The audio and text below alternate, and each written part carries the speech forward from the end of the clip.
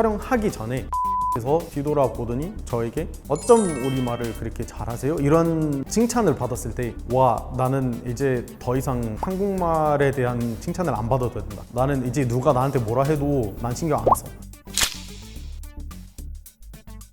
안녕하세요. 저는 이집트에서 온 세미라고 합니다. 한국에 온 지 9년 되었고요. 현재 서울에서 일을 하면서 열심히 살고 있습니다. 자기소개밖에 안 했는데요. 한국은 능력시험. 최상급은 6급이거든요. 제가 2012년인가 2011년쯤에 5급을 땄어요. 그 다음에 13년에 당연히 6급 땄고 그 이후에 17년에 한번 봤는데 6급 땄는데 자랑하는 게 아니라 한국어과를 졸업한 사람이면 이 정도를 해야지 속학했는데 받는 사람도 있거든요. 그 사람들이 대단한 거지. 제가 대단한 게 아니에요. 잠고대를 한국어로 합니다. 꿈속에서도 한국어로 대화를 많이 하고 제가 약간 자랑거리 하나 있다면 한국어 중에 70%가 한자라고 하잖아요. 그리고 사람들이 제일 많이 어려워하는 게 한자이거든요. 제가 한자를 약간 전문적으로 정말 집중해서 공부한 적이 없는데 공부를 많이 하면서 한자를 많이 알게 됐어요. 대신 제가 통역을 하는데 모르는 단어가 나왔어요. 그러니까 한국어로 모르는데 아랍어로 들었어요. 그러니까 아랍어로 들었고 제가 이 단어를 몰라요. 한국어로 뭐라고 하는지. 그래서 제가 한자를 조립을 하거든요. 조립을 하는데 듣는 사람이 그대로 받아 쓰는 거예요.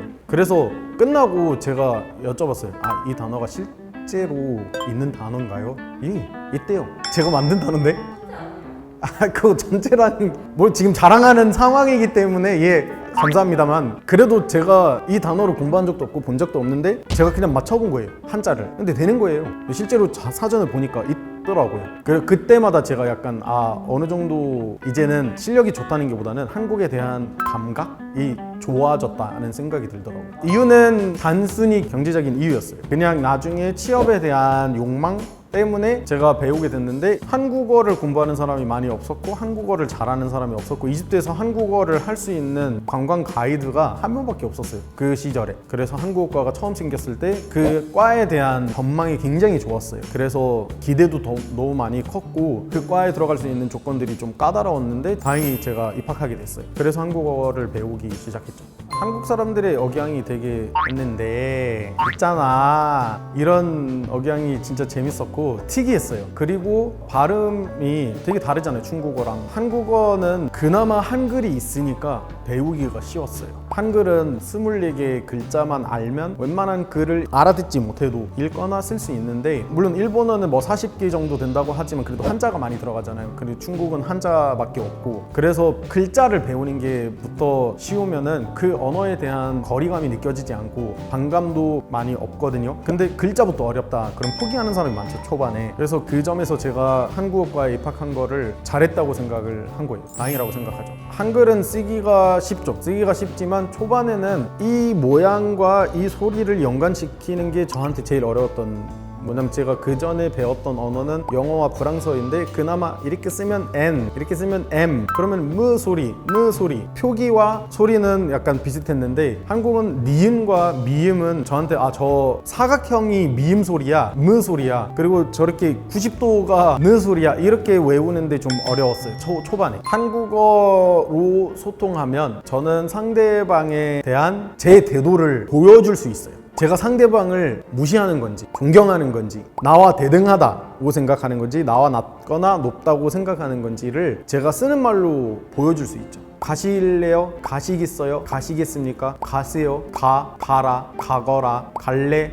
가겠니? 이렇게 다양한 표현을 쓰면서 제가 상대방을 어떻게 생각하는지 말할 수 있었잖아요. 보여줄 수 있었잖아요. 이게 저한테 한국어가 영어보다 훨씬 더 편한 이유예요. 아랍어랑 비슷하거든요. 느낌을 말로 표현할 수 있으니까. 저는 정이라는 단어를 많이 좋아하고 순 한국어, 보통 순 우리말이라고 하잖아요. 근데 순 우리말은 아랍어거든요. 그래서 순 우리말 아니고 순 한국어로 좋아하는 말은 시나브로 서두르지 않으나 조금씩 천천히 멈추지 않고 이런 느낌? 제가 이 두 가지 단어가 저한테 굉장히 소중하고 제 성격이 바로 그거예요. 저는 스스로 정이 많다고 생각하고 제가 살면서 제 자신을 이렇게 뒤돌아볼 때는 나는 정말 부지런히 하는 건 아니지만 조금씩 하고 있지만 그래도 멈추진 않았다. 멈추지 않고 있다. 이런 사람이거든요. 살면서. 그래서 저랑 제일 관계가 밀접한 두 단어가 정, 시나브로입니다. 저는 한국어 말하기 대회 여러 번 갔는데 중동 아프리카 한국어 말하기 대회 대상 받았을 때도 굉장히 뿌듯했어요. 근데 그것보다 한국의 정치인한테 칭찬을 받는 게 정말 꿈도 꾼 적이 없어요. 생각해 본 적 없는 거를 제가 들었을 때 정말 뿌듯하고 나는 그동안 열심히 공부를 한 보람이 있었구나. 정확한 연도는 기억 안 나는데 청와대에서 행사를 하고 있었어요. 한국을 전 세계로 알려주는 명예 기자단이 있거든요. 그 명예 기자단을 기념하는 행사가 있었고 대통령 영부인께서 같이 참석하셨어요. 근데 사회는 저와 다른 친구들이 봤어요. 다양한 국적의 사람들이 4명이서 같이 봤는데 기념 촬영할 때 영부인께서 오셔서 제가 뒤에 서 있었거든요. 근데 촬영하기 전에 영부인께서 뒤돌아보더니 저에게 어쩜 우리말을 그렇게 잘하세요? 이런 칭찬을 받았을 때 와, 나는 이제 더 이상 한국말에 대한 칭찬을 안 받아도 된다. 나는 이제 누가 나한테 뭐라 해도 난 신경 안 써. 야, 나는 대통령 영부인님한테 칭찬을 받은 사람이야. 이런 순간이 되게 약간 저에게는 역사적인 순간인 거죠. 왜냐면 한국어 학습자였다가 한국어과 졸업자가 됐다가 한국에 와서 그냥 한국에 사는 외국인인데 그 수백만 명 중에 제가 이런 소중한 칭찬을 받았다는 게 정말 뿌듯한 순간이었고 저한테 굉장히 뜻깊은 순간이었습니다. 사실 지금 한국어를 배우고 싶어 해서 저한테 묻는 사람은 대부분 문법이 아니라 발음이. 그래서 문법은 어차피 책만 보면 문법을 배울 수 있지 발음은 누구를 따라해야만 내가 발음을 잘할 수 있으니까. 그래서 제가 항상 조언해 주는 거는 발음을 절대로 자기 나라 말로 써서 하면 안 된다. 자기 나라 글자로 이렇게 영어로 예를 들어서 밥, B-A-B 절대로 그렇게 쓰면 안 된다. 왜냐면은 B-A-B를 쓰면은 이거 map 되는 거지 밥이 되는 거 아니니까. 그래서 처음 들었을 때 밥인 거를 알고 있으니까 이제 그냥 BAB로 그냥 표기하면 나중에 내가 올바르게 발음할 수 있다고 착각을 하지만 나중에 시간이 지나면은 못 하거든요. 정확하지 못하고. 이게 발음을 잘할 수 있는 최고의 방법은 그냥 듣고 따라하기, 듣고 따라하기, 듣고 따라하기. 그냥 무한 절대로 쓰면 안 돼요. 그래서 제가 이런 조언을 많이 해주는 것 같고 이제는 사실 한국어를 잘하려면 어떻게 해야 되냐는 것보다는 한국에 가서 공부하려면 어떻게 해야 되냐는 게 더 고민이 되는 것 같아요. 많은 사람들이 이제 공부를 할 수 있고 한국어 교육은 굉장히 잘 되고 있어요. 전 세계적으로 독학하는 사람들도 많이 하고 있고 공식적인 기관 아니더라도 문화센터나 아니면 친구들끼리 동아리를 만들어서 같이 한국어를 공부하는 사람이 되게 많아요.